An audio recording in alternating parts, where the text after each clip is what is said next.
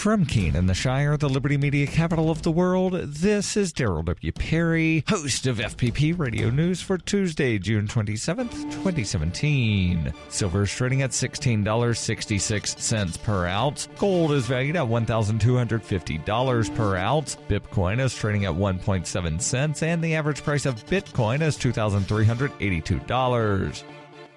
Antiwar.com reports Russian Foreign Minister Sergei Lavrov and U.S. Secretary of State Rex Tillerson spoke on the phone on Monday discussing the ongoing war in Syria and the possibility of a new ceasefire being declared to allow the shift of focus in the conflict to fighting insurgent groups. Technically speaking, the ceasefire negotiated by Russia, Iran, and Turkey is still in place, though the U.S. was never formally a partner to that, and there was very limited rebel participation. The lack of involvement by the U.S. and Turkey's refusal to let the Kurds participate is a growing problem if the focus is to be on fighting against the Islamic State. That's because the U.S. and the Kurdish YPG are in the process of invading the Islamic State capital city of Raqqa, and Syrian allied forces are trying to attack the Islamic State targets further south, but every time they've gotten close, they've come under fire from U.S. warplanes. Lavrov insisted that the U.S. needs to stop its provocative actions against Syrian troops and simply let everyone cooperate against the Islamic State. The U.S. position isn't clear, though at times they've given lip service to the idea that they would welcome Syrian attacks against the Islamic State forces.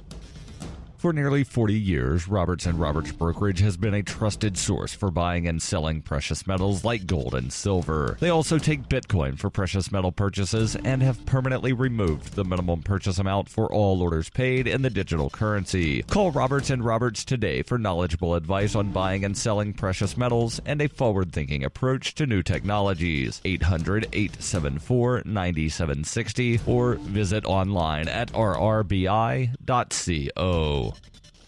UPI reports the U.S. Supreme Court announced on Monday it will review the case involving the Trump administration's temporary travel ban on people coming from 6 predominantly Muslim countries. The announcement came on the final day of the court's term before the summer break. Oral arguments in the case will be heard sometime in October. The court allowed the administration to implement part of the ban and said it would review the lower court rulings. In a 13-page opinion, the court narrowed the scope of the ban, saying it was not enforceable against those with a legitimate relationship with someone of some organization in the United States. Travelers could see the allowed restrictions within 3 days. President Donald Trump directed administration officials to implement his executive order within 72 hours after the court gives its approval. Trump issued a statement saying he viewed the Supreme Court decision as a victory. Trump's statement said, in part, "My number one responsibility as commander-in-chief is to keep the American people safe." A revised executive order issued in March by Trump limited travel from Iran, Libya, Somalia, Sudan, Syria, and Yemen for 90 days. It also suspended U.S. refugee programs for 120 days. 2 federal appeals courts have since rejected portions of the order. The U.S. Court of Appeals in Richmond, Virginia ruled in May that the travel ban violated the First Amendment's ban on government establishment of religion. It relied on Trump's campaign statements calling for a Muslim ban.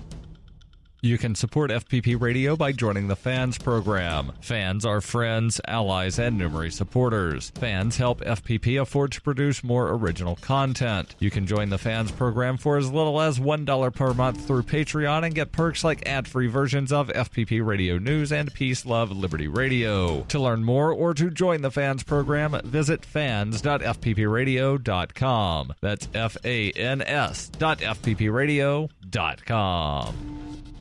Reuters reports former Arizona Sheriff Joe Arpaio, known for his hardline stand against undocumented immigrants, willfully violated a judge's order stemming from a racial profiling case, according to a federal prosecutor on Monday as a trial opened in Arpaio's contempt of court trial. A defense attorney called the case against Arpaio ridiculous and said the 85-year-old former lawman was just doing his job. Arpaio, who was ousted from office in an election last November, is charged in U.S. District Court in Phoenix with contempt of court. Prosecutors say he defied a 2011 injunction that barred his deputies from stopping and detaining motorists solely on the suspicion of being in the country illegally. During his opening remarks to the court, federal prosecutor Victor Salgado said the controversial traffic stops continued for 18 months with 170 people wrongfully detained. Arpaio faces up to 6 months in jail if convicted and has already been cited by another judge for civil contempt for the continued traffic stops in the underlying profiling case. District Court Judge Susan Bolton will render a verdict following proceedings that are expected to last about 2 weeks.